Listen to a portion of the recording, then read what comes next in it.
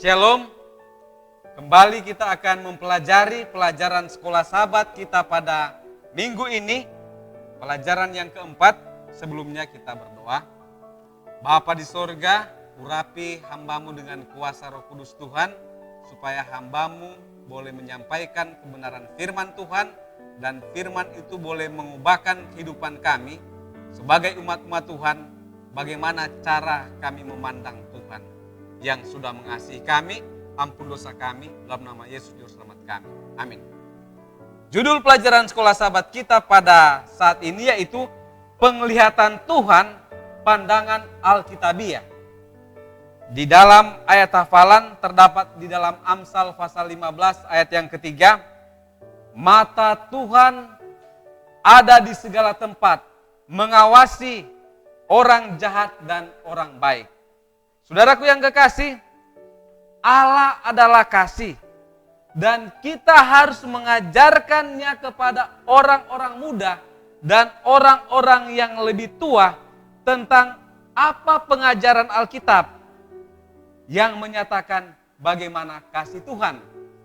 Saudaraku yang kasih, pada pelajaran hari Minggu yaitu pandangan Tuhan, ada seorang profesor yang berasal di University Oxford. Dia membuat teori bahwa dunia dan segala sesuatu di sekitarnya tidak ada satupun yang nyata. Saudaraku yang kasih, sebaliknya dia mengajarkan bahwa kita adalah ciptaan digital dan ras alien atau makhluk dari angkasa luar dengan kekuatan komputer yang maha dahsyat. Kalau kita mendengar pernyataan ini, bagaimana sifat daripada realitas itu?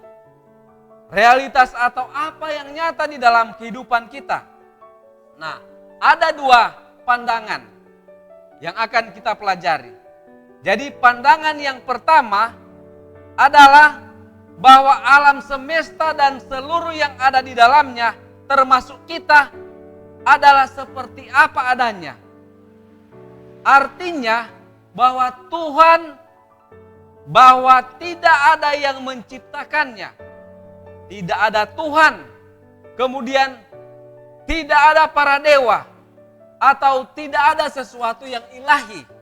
Nah, ini disebut dengan pengajaran yang ateis. Ateis adalah orang yang mengajarkan bahwa Tuhan itu tidak ada. Nah, selanjutnya pandangan yang kedua yaitu bahwa makhluk hidup atau makhluk ciptaan ada yang menciptakan alam semesta. Nah, saudaraku yang kasih, yang pertama adalah ateis, tidak percaya adanya Tuhan yang menciptakan alam semesta. Dan yang kedua adalah teisme atau pandangan yang menyatakan bahwa ada Tuhan di alam semesta yang menciptakan dunia dan segala isinya. Dan kalau kita belajar kebenaran firman Tuhan di dalam Mazmur 53 ayat 1 menyatakan bahwa orang bodoh atau orang fasik mereka berkata Tuhan tidak ada.